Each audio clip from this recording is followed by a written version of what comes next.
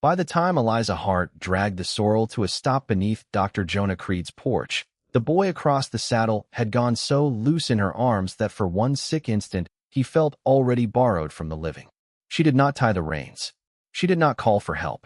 She half-carried, half-shoved him through the clinic door with one hand clamped to the back of his head to keep it from lolling, dust gritting between her teeth, and said in a voice scraped hollow by 15 miles of fear, "I can't wake him up." Jonah looked up from the basin where he had been rinsing blood from his fingers after setting a ranch hand's thumb. The lamp behind him made a pale ring around his shoulders. For a blink he did not seem to see Eliza at all, only the shape of a woman bent under the weight of someone she would not surrender. Then he crossed the room fast, faster than a man his age ought to move after midnight, and took the boy by the jaw and wrist in the same practiced motion he had used on battlefields, birthing beds, and grave mistakes. The pulse was there, thin and rapid, fluttering under his thumb like a bird exhausting itself against a window pane. As he turned the boy's hand toward the light, a leather thong slipped from under the coat cuff. Half a silver dollar, worn smooth at the edges, slid into Jonah's palm. He had cut the other half himself with a cold chisel on a feed barrel 20 years ago behind the old telegraph shed, when Eliza was still laughing easy and the world had not yet found its favorite ways to part people. For one clean, terrible second, the room went soundless. His thumb stayed on the pulse, but everything else in him stopped. The boy moaned once. Eliza caught it and leaned in so hard her knuckles whitened against the table. He fell off his horse 2 miles west of the creek gate. "No, that ain't right. The horse came home without him, and I found him in the wash. Blood at his head." He woke once and said Mr. Shaw moved it. Then he went down again. She pushed hair off her face with a wrist streaked in dried mud. "You listening to me, doctor?" He was. Too much. The boy had Eliza's mouth even under the blood and dust. But the brow, the stubborn angle of the jaw, the long hand under his own, those struck like old bells. Jonah swallowed, set the coin back against the boy's skin, and said the only thing that could be said first. "Get me hot water." Then cut away the coat. There are stories that begin with a gunshot and stories that begin with a kiss, but the ones that stay with people usually begin with somebody refusing to let go.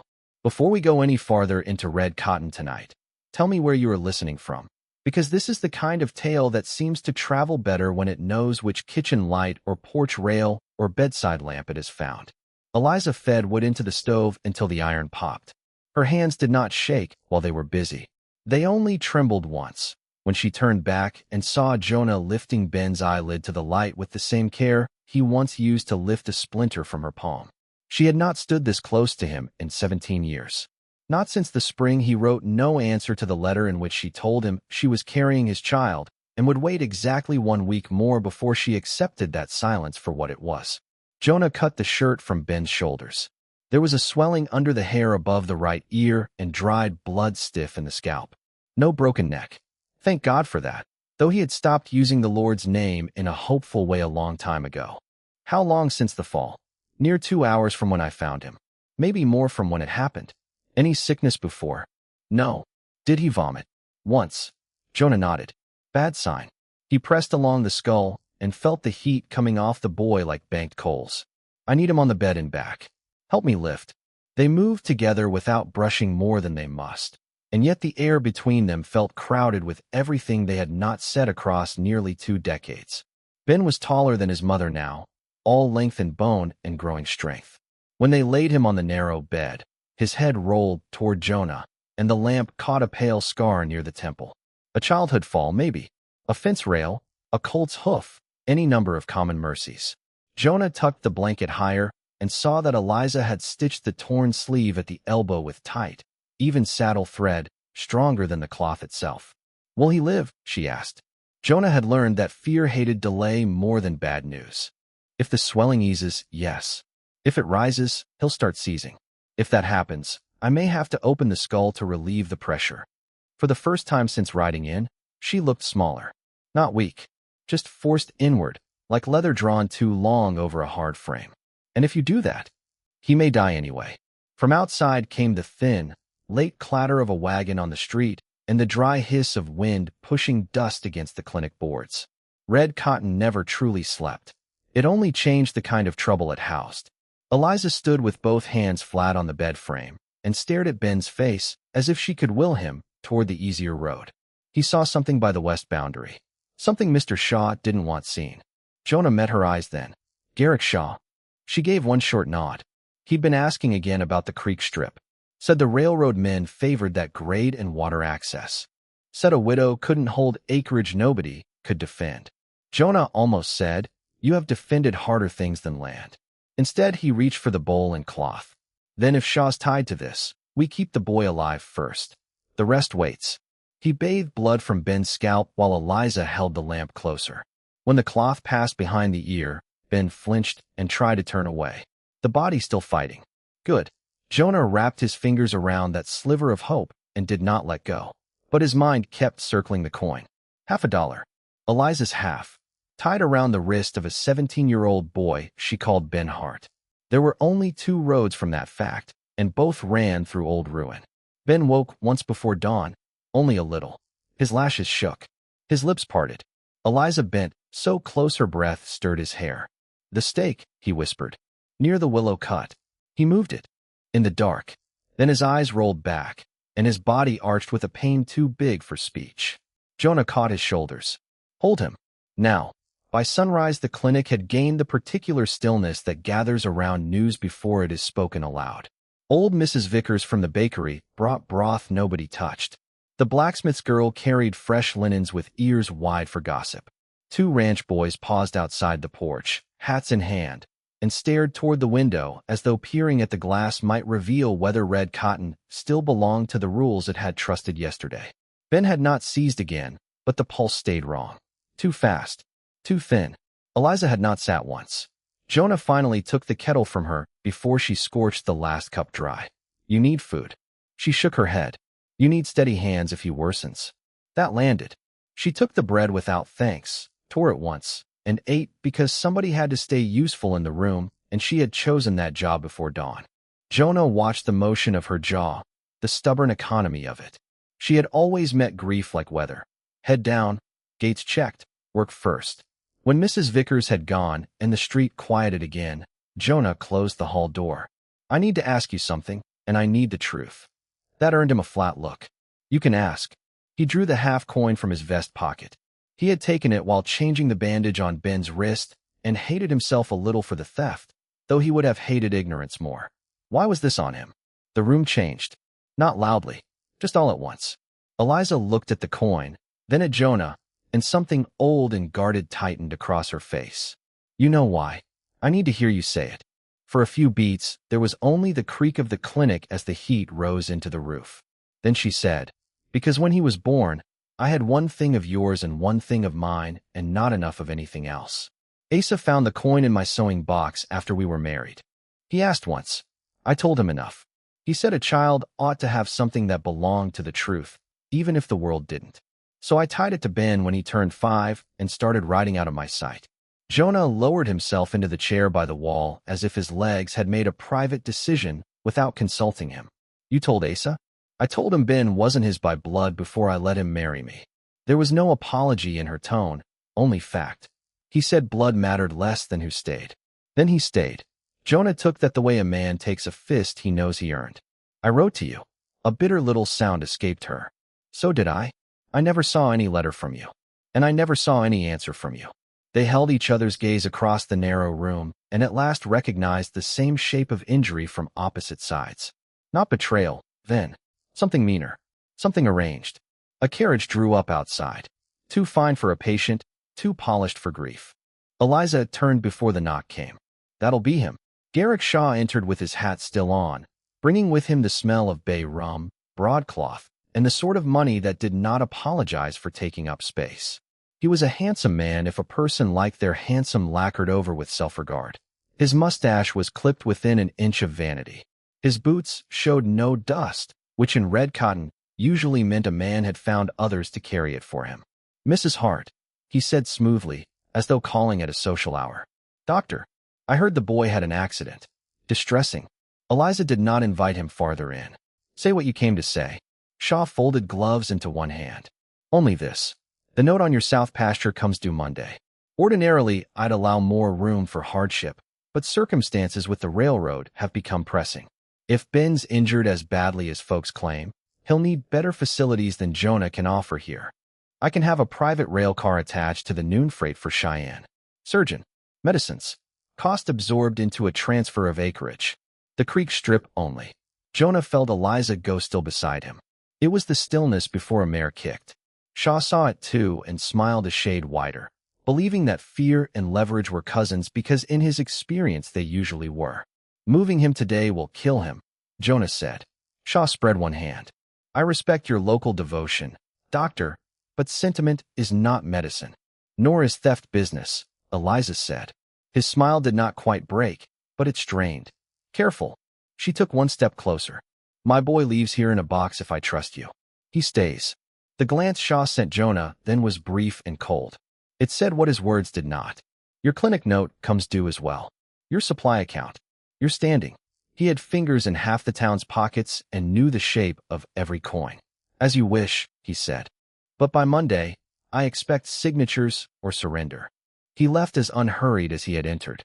Only when the wheels rolled off did Jonah speak. I can ask the church committee to extend my account with the supplier in Casper. Buy us time. You owe Shaw too? Eliza asked. Everybody owes Shaw something. That's how men like him sleep. She looked at Ben, then at Jonah, and the old hurt in her expression settled into something more practical and therefore more dangerous. If you help us, he comes for you harder. He already is.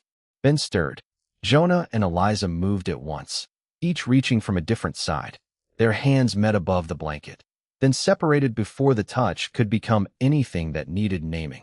The day sharpened toward noon. Heat pressed against the windows. The town kept glancing toward the clinic and pretending otherwise. A deputy came for a statement and took down what little Eliza could offer. Mr. Polk from the feed store sent over a bag of ice wrapped in burlap, his version of loyalty. The preacher's wife left a psalm on a scrap of paper and did not insist anybody read it. Red cotton had its cruelties, but it also had that small-town habit of carrying a pan to your door before deciding whether your trouble was respectable. Ben worsened just after the church bell struck one. His left arm jerked once, then again. The pulse went thready and wild under Jonah's fingers. When he called Ben's name, the boy answered with nothing but a sound trapped deep in the throat. Jonah did not waste time dressing the moment. The pressure's rising. I have to drill. Eliza stared at him as if hearing a sentence delivered from far off. You mean open his head? Yes. And if I say no? Then we wait for him to die. He hated the bluntness even while he trusted it. She closed her eyes once.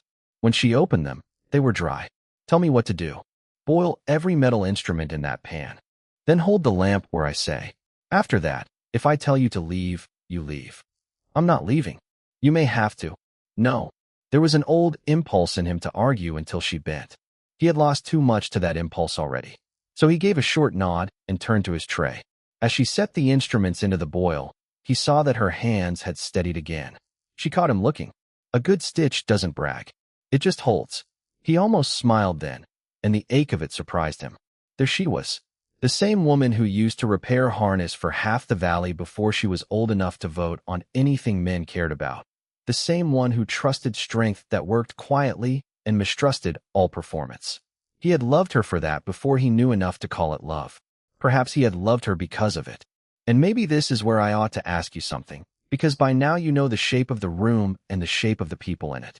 When the truth comes back years late wearing the face of someone you would die to save, do you open the door to it at once? Or do you make it wait outside until the danger has passed? Most lives are decided in smaller moments than we admit, and almost never with time to feel wise. Jonah shaved a small patch at Ben's temple. He cleaned the skin. He drew one breath, then another. Outside, a freight whistle carried thin over the flats, lonely as wire in wind. Inside, the room narrowed to steel, bone, lamp flame, and pulse. Hold him, Eliza did. The first cut was small. The second was not. Blood welled dark, then brighter. Jonah worked by touch as much as sight, the way he had learned when smoke and screaming once made a field tent no place for hesitation. Ben convulsed under their hands. Eliza made no sound except once, when the drill bit touched bone and the note of it rose clean through the room. Then she swallowed whatever wanted out of her and kept holding. A knock came hard at the front door. Then another. Jonah ignored it. The third strike carried the flat authority of a deputy with orders. "Dr. Creed," a voice shouted. "Open up." Jonah did not look away from his work. "Go." Eliza did not move. "Eliza." She set the lamp in the stand and crossed the hall. Voices swelled low through the door, then sharper. Jonah could not make out every word, only enough. "Warrant. Search. Missing survey papers from the county office. Ben Hart named in connection. Shaw moving fast, then. Faster than a guilty man liked to move unless he feared something still loose in the world." Eliza came back pale and blazing both at once. "Deputies got 2 men with him. Says Ben stole a rolled document from the clerk's office and fled. Says Mr. Shaw reported it missing this morning." Jonah eased the pressure with his instrument and felt the terrible, precious give he had been praying for without calling it prayer. "Tell him if he wants the boy, he can wait until I return him from the edge of death." She almost went. Then a fourth voice sounded at the door, old and female, and cracked with urgency. "Let me in, damn you.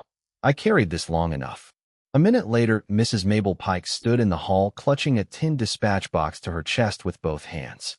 Her bonnet had slid sideways. Her breath came in little whistles. She had once assisted at the post office before her eyes weakened and her husband took to drink. Most people in town remembered her only as the woman who smelled faintly of peppermint and old paper. She thrust the box at Eliza. "Found it in my Henry's trunk after he passed. Thought it was his army things. Opened it last night after hearing the boy's name." Her gaze shifted to Jonah, then back. "There are letters in there. Bundles of them. Yours. Both of yours. Henry did favors for Garrick Shaw when Shaw worked the mail table for Mr. Dunn. Said it was harmless. Said it was only postponing what was coming anyway. Men always call rot by a nicer name if they can." Eliza set the box on the side table with hands that had forgotten how to feel. Jonah glanced once and saw a blue ribbon, old envelopes, his own hand on at least one of them, darkened with years. The revelation hit with the force of a door giving way inside a long-bolted house. But it did not open onto rescue, only onto deeper reckoning. Ben spasmed beneath him. Jonah bent back to the wound. "Not now," he said, though he could not have told whether he meant the letters, the deputy, the grief, or the life insisting on decision under his hands. "Eliza, keep them. Say nothing. Not yet." Outside the clinic, the deputy argued with Mrs. Pike, then with somebody else. A man's voice rose. Another answered. Red cotton was gathering on the porch. Trouble always drew a crowd before it drew sense. Inside, Jonah lifted the clotting pressure enough to let trapped blood drain. Ben sucked in a ragged breath, so deep it seemed to tear a seam somewhere in the room. His body slackened. The pulse under Jonah's fingers changed. Still weak. Still racing. But truer. More room in it. More chance. He might stay. Jonah whispered, more to himself than anyone. Then Ben's breathing hitched and stopped. The next few seconds came in pieces. Jonah calling his name. Eliza's hand at the boy's sternum. The lamp flame jumping in a draft from the hall. Mrs. Pike making a broken church sound under her breath. Jonah pinching the nose, breathing life into lungs that had not yet decided whether to want it. Once. Twice. On the third breath, Ben coughed wetly and lurched back toward the world with a thin, furious gasp that sounded to Eliza better than any hymn she had ever heard. Only then did she sink onto the stool, both palms over her mouth, eyes shut hard enough to hurt. By evening the town knew enough to know it did not know enough. Some said Ben had stumbled drunk, though nobody who knew the boy believed it. Some said Shaw had already bought the creek strip and was simply tidying papers. Some said Dr. Creed had opened the boy's skull clean as shelling an egg and expected the lad to walk by breakfast, which said more about Red Cotton's relationship to facts than to medicine. Ben slept through all of it. Jonah would not promise more than the next hour. The fever stayed. The swelling might rise again. But the worst gate had been passed, and for a while that was enough. After dark, when the porch had emptied and Mrs. Pike at last gone home with the letters left under Eliza's hand, Sheriff Noland came in. He was a broad, patient man who removed his hat in sick rooms and spoke as if words cost him by the pound. "I can take Shaw tonight," he said quietly. "Not for the papers. Not yet. But for sending men to search a dying boy's bed on a tale that won't hold." Eliza looked from the sheriff to Ben and back again.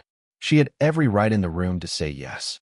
Shaw had squeezed her land, struck at her child, and perhaps stolen half her life before she was old enough to know theft could wear a clean collar. She could have pointed toward town and set the law moving on anger alone. Instead, she asked, "Can you prove it by morning?" "No." "Can Ben speak for himself yet?" "No." "Then you wait." Nolan studied her a moment. His eyes shifted once toward the dispatch box, then away. He had noticed more than he let on. "You sure?" "I don't want him grabbed because I hate him," she said. "I want him stopped because the truth can stand up without me holding it by the throat." The sheriff gave one slow nod. He did not praise her. Men like Nolan understood that restraint praised aloud often cheapened into performance. He only set his hat back on and said, "Hearing at the church house tomorrow afternoon. County clerk, railman, whoever claims to own what. Bring what you have." When he had gone, Jonah stood by the window a long while before speaking. "You could have broken him tonight. Not the right way." "No." She touched the tin box with 2 fingers, then lifted the lid. The smell that rose from it was dust, old ink, and time laid down too long in darkness. She drew out one letter at random. Her own name stared up in Jonah's careful hand, the one he had learned from ledgers and anatomy texts, steady even when the rest of him had not been. "I don't know if I want these," she said. "Neither do I." "Then sit down." She pulled the second chair beside Ben's bed. "We'll not want them together." He sat. They read in silence at first. His letter from April 20 years gone. He had asked why she had stopped writing. Said he was coming home within the month. Said he had found a small practice opening in Laramie, but would turn it down if her father truly meant to sell the north lot, and they could make it go nearer red cotton. Said he still had his half of the dollar in his watch pocket and thumbed it on bad days like a fool. Her answer had been written 10 days later. She had told him she was with child. Told him she had waited each freight and stage for word until humiliation felt like a stain she could not scrub from herself. Told him if he did not come now, she would not ask again. The ink blotted once on the word afraid, as if a tear or a trembling hand had struck there, and she had gone on anyway. He set the pages down because he could no longer see them clearly. Eliza folded hers once along the old crease and stared at nothing. "Asa found me 3 months after that. My father had died. I was sick all day and too proud at night. Folks had started measuring me with their eyes. Asa needed help with his place, and Ben needed a name the town would leave alone. He never asked me for anything I couldn't give." Jonah nodded. His throat worked. "I married Ruth 8 years later. She was kind, smarter than I deserved. She and the baby died in August heat while I was 2 rooms away saving a rancher from a belly wound." He rubbed both hands over his face. "I had thought the Lord finished with irony by then. Turns out he was just getting warmed."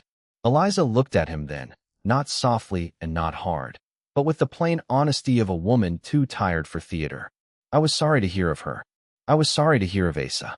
They sat with the names between them. 2 dead spouses neither wanted erased and neither needed defended. There was something clean in that. Something adult and hard-won. Ben made a small sound. Eliza touched his wrist. Jonah adjusted the blanket at his shoulder. Their hands worked in the same narrow space and did not avoid one another this time. "He loved the boy?" Jonah asked. "Asa." Her answer came at once. "Completely. Then whatever else I am to Ben, I am not the man who raised him." "No." She looked at the sleeping face on the pillow. "But maybe life is wider than one name." Jonah let that settle. In the quiet that followed, he could hear the creek beyond town if he listened hard enough, low and constant through the cottonwoods. Years ago, on a spring night when Eliza had been mending a trace strap by lantern light, and he had been pretending not to watch her mouth while she bit thread, he had believed the world simple enough for one promise to carry a whole future. Age had not made him wiser so much as less willing to waste what little truth finally turned up. He said, "Some people come into your life like rain. Some come like a roof." Eliza's chin dipped. For the first time that day her eyes shone with something other than fear. Asa was a roof. "And maybe," Jonah said carefully, "if you'll let me earn it, I can be a wall on the windy side." She let out a breath that was almost a laugh and almost a sob and belonged exactly to neither. "You always did ask better questions after 40. If that reached somewhere tender in you, then you know why people come back to stories like this. Leave a like, stay with us, and subscribe if you want more of these quiet roads where broken things are not hurried past, only carried carefully until they show what still holds." Near midnight, Ben woke for real. Not long. Only a minute, maybe less. But his eyes found his mother. They found Jonah after that, uncertain and heavy with medicine. Head hurts, he whispered. It ought to, Jonah said, which made Eliza look at him sharply and Ben, astonishingly, grin. The stake, Ben murmured. I saw Shaw's man move it. Went after him. He swung the shovel when I shouted. I took something from the saddlebag before I fell. Thought maybe Pa would know what it meant. His hand fumbled weakly toward the chair where Eliza had laid his coat. She checked the pocket and drew out a narrow strip of oilskin, stiff with dirt. Inside was a survey notation and a penciled figure showing the creek line shifted 20 yards east of its lawful mark. Enough to change frontage. Enough to make a railroad man look twice. Sleep, she told him. Ben's gaze moved again to Jonah. There was intelligence in it, even through pain, and something else, some half-formed recognition born of a long face seen suddenly beside your own. You got my coin, he said. Jonah took the $50 from his vest and placed it in the boy's palm. Keep it. Ben closed his fingers over it and drifted back under. Morning came white and hard. No storm, no mercy weather, only the brutal clarity of prairie light after a bad night. Red cotton looked washed in chalk. Wagons creaked toward town from outlying spreads because church house hearings drew listeners the way barn dances did, especially when land and Shaw's name were involved. Jonah wanted Ben in bed for 2 more days at least. Ben wanted up. Eliza settled it by sitting him in the chair and tying one of Asa's old blankets around his shoulders as if he were still 10. He submitted because his legs shook when he stood. You are not coming to the church house, she said. I am. No. Ma. No. Jonah checked the pupils again. Better. He's not fit for a crowd. Ben's jaw set. Same as Jonah's. Eliza noticed it. So did Jonah. Neither mentioned it. What changed her mind was not the argument. It was the practicality under it. Ben was witness and injury both. Shaw would tell the room he had been coached, coddled, and hidden. A living, breathing boy with a stitched skull and steady account of what he saw weighed more than righteous absence. Eliza hated that truth, but she knew it when she heard it. Fine, she said. You sit. You do not stand unless I tell you. And if you faint in front of that man, I will wake you just to skin you. That satisfied him. Before they left, Eliza went to the shed behind the clinic where Asa's old tack had been stored since spring sale days. She ran her fingers along the seams of a weathered saddle collar hanging from a peg. Asa had a habit, born of cattle drives and bad territory, of hiding important papers where fools would not think to look. Not in trunks, not under floorboards. In leather, if the leather belonged to work. Years earlier, he had once told her a man could learn everything he needed about another from the way they sewed. Sloppy hands trusted luck. Proud hands trusted appearances. Good hands hid strength where nobody noticed until it mattered. Her thumb found the faint ridge beneath a line of waxed thread on the collar's inner fold. Not factory sewing. Asa's. 3 short stitches, 1 long, 3 short again. A private mark. She sliced the seam with her awl and shook loose a rolled parchment wrapped in oiled muslin. The original county survey. She stood there in the tack shed with sunlight striping the dirt floor and had to brace one hand on the wall. Asa, practical, clear-sighted Asa, had known. Maybe not everything, but enough. Enough to hide the land's true bones where only she might think to feel for them. For a moment grief came fresh as new-cut leather, not because she had lost him, which she knew every morning, but because kindness kept revealing itself after a good man was gone and there was no longer any place to lay your thanks. They walked to the church house just past noon. Ben between them for the first half block, then stubbornly on his own. Folks on porches pretended to study the sky. Mrs. Pike gave Eliza one fierce nod from behind her curtains. Sheriff Nolan stood at the door with both thumbs hooked in his belt and let them pass without comment. Inside, the room smelled of pine boards, dust, and bodies carrying interest. Shaw was already near the front beside County Clerk Wilmer Doss and a narrow man from the railroad in a gray summer coat. Shaw's expression when he saw Ben alive was small, but worth the walk. It vanished quickly under charm. "My dear Mrs. Hart," he said, stepping forward. "I had feared the worst." Eliza did not stop. "Keep practicing that tone, Garrick. One day you may use it on somebody who believes you." A chuckle moved through the room and died fast. Shaw's eyes cooled. The hearing went the way such things do at first. Papers unrolled, names spoken, men pretending procedure made them neutral. Shaw presented the adjusted survey notation and debt note. He said the creek strip had always been subject to correction and that the Hart property, regrettably, fell short of what local memory had exaggerated. He expressed sorrow over young Ben's injury and dismay at the unfounded accusations attaching themselves to a respectable business matter. Then Ben stood anyway. He swayed once. Jonah half rose. Eliza's hand opened at her side, but did not grab him. The room went quiet enough to hear the fly buzz at the south window. "I saw your foreman move the stake," Ben said, voice rough but clear. "Near Willow Cut. He thought nobody was there, because I was checking the sluice gate downriver. I shouted. He told me to mind cattle and leave men's work to men. I took the oilskin from his saddlebag when he came at me. Then he hit me." Shaw smiled with pity sharpened to insult. "A concussed boy repeating his mother's worries is no evidence, son." Ben's face darkened, but before he could answer, Eliza laid the oiled muslin parcel on the clerk's table and unrolled the original county survey. "Maybe not," she said. "But this is—" Clerk Doss leaned in. The railman did too. Nolan stepped closer. Doss blinked behind spectacles. "Where did you get this?" "From my husband's saddle collar," Eliza said. "Where he hid papers men meant to keep honest." The rail representative compared seals, measurements, signatures. Sweat gathered at Shaw's temple. He tried to laugh. "Old ranch copies mean very little if not filed." "Depends whose filing you trust," Eliza said. She picked up Shaw's adjusted packet.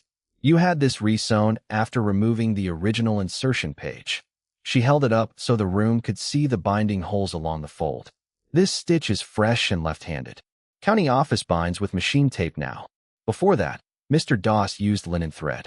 This is hand-waxed rawhide split, the kind sold by my shop.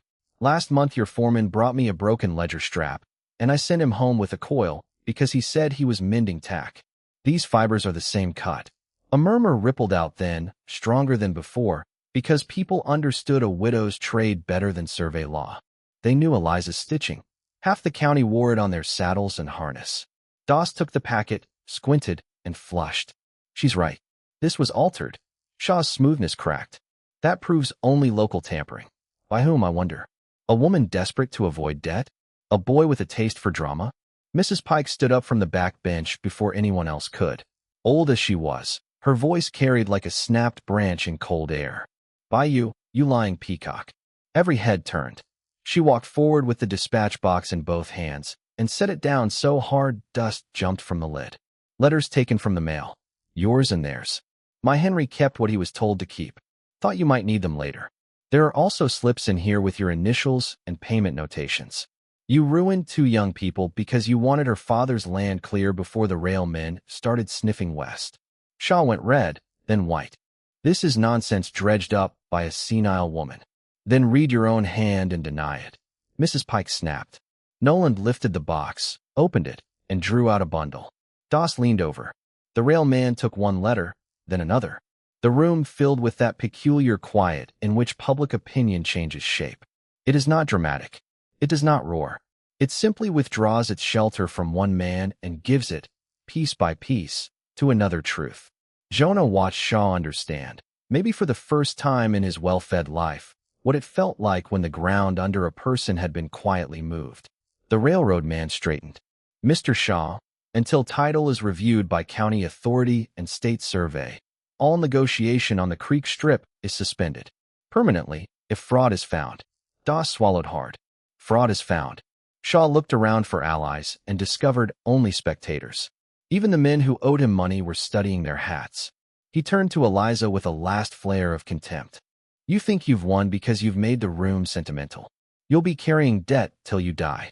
Eliza answered without heat. "Maybe, but it'll be dead on what is mine." He pivoted toward Jonah then, desperate enough to choose the wrong weapon. "And what will the room say when it learns the good doctor let a bastard stand in a dead man's name all these years?" The words landed. A few people shifted. No one spoke. Jonah started forward, but Eliza was quicker. She placed one hand on Ben's shoulder. "The room will say Asa Hart raised a good boy. It will say blood did not rock him through fever or teach him to mend gate hinges in February dark or bury the first calf he couldn't save. It will say a man can be fathered more than one way." She looked at Shaw so steadily he began to look smaller while she was still speaking. And if the room has any wisdom left at all, it'll say you don't get to use love like a stain just because you've never managed to inspire it. That was the moment Shaw truly lost them. Not because she was loud, because she was right. Nolan stepped to his side. Garrick Shaw, you'll come with me on the matter of mail tampering, falsified county record, and assault conspiracy pending witness statement. Shaw opened his mouth, shut it, then tried one final smile that found nowhere to live. Sheriff, surely this can be handled privately. That's been the trouble with it so far, Nolan said. He led Shaw out through the center aisle while the town made way without ceremony. No triumph. No cheers. Only absence opening around a man who had mistaken fear for respect for too many years. The rest came slower, which is how true victories usually arrive. Doss voided the altered note until legal review.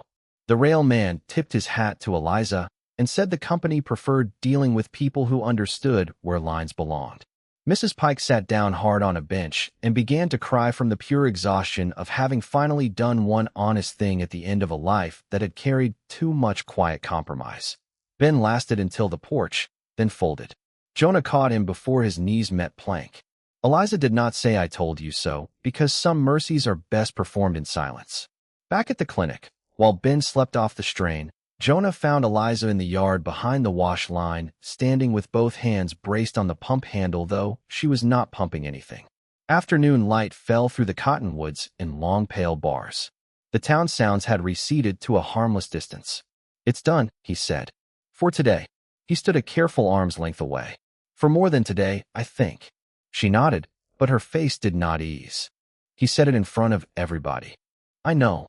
Ben deserves the truth before gossip reaches him crooked." "Yes." She turned then. "And I deserve to ask before I decide anything. Do you want to be his father because the room now permits it? Or because you already were in your heart when you saw that coin?" The question was so clean it left nowhere to hide. Jonah looked past her to the fence line, the swinging sheet on the wash rope, the red dirt ground bare by many steps. Then back at her. "When I touched his pulse, I knew two things at once. First, that I would have given every acre I own and every year I have left to keep him breathing. Second, that I had no right to ask a thing of either of you." He let that stand. "If there's a place for me, I want it earned.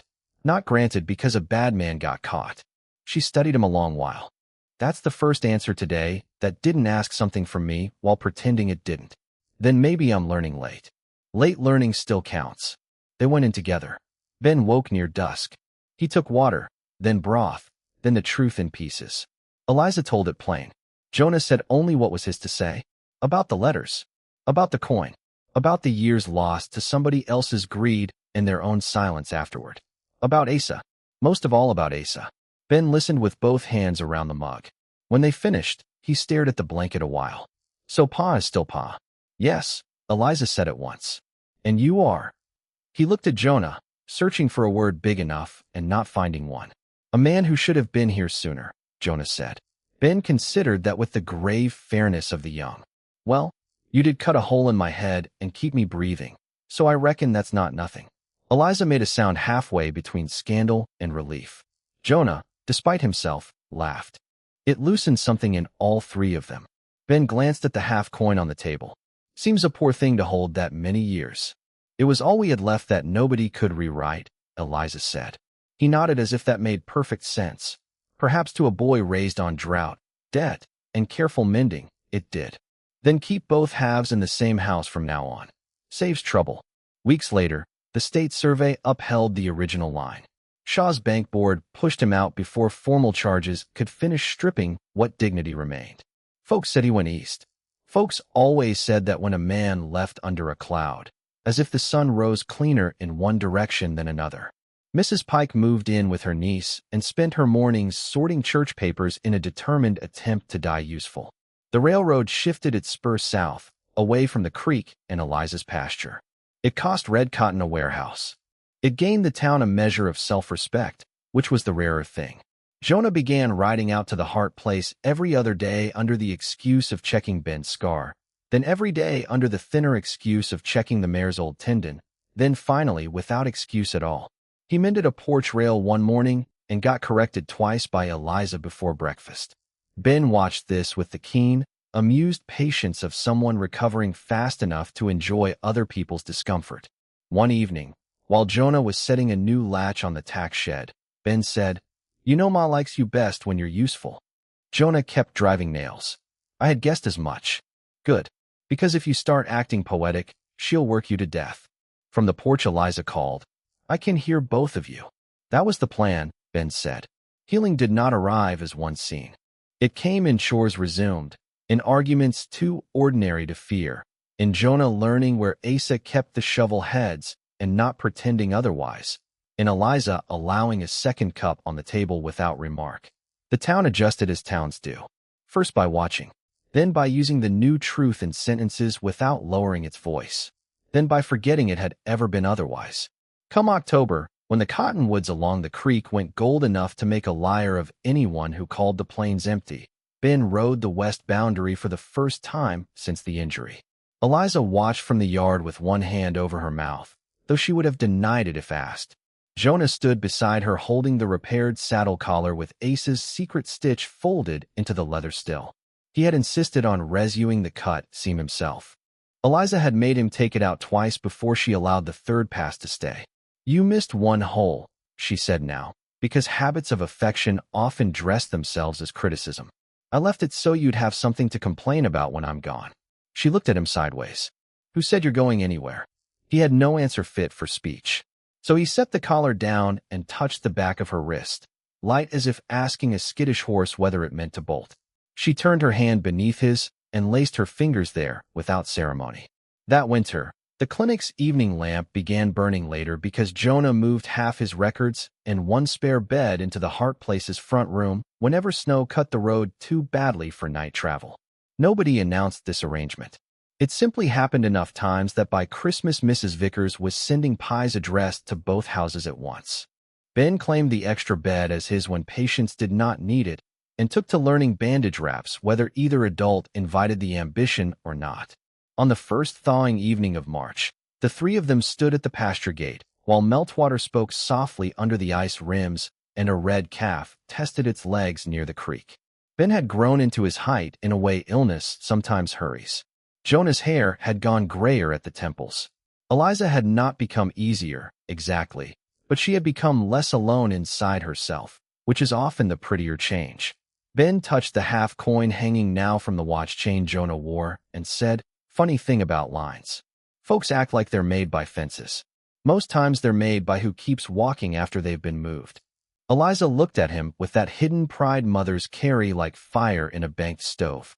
Jonah slipped an arm around her shoulders and felt her lean, just a little, the way trust returns in grown people not as surrender, but as measured weight. "What stays is what was built quiet," he said. And beyond them the creek caught the last light, while the house lamp and the clinic lamp burned side by side under the darkening cottonwoods. And if you think red cotton had run out of buried things after that, wait until next time, because one spring morning a woman stepped off the stage with a violin case and a wanted poster folded inside her Bible, and half the town knew her face before she said her name. Until then, take good care of your own, and I'll meet you by the next firelight.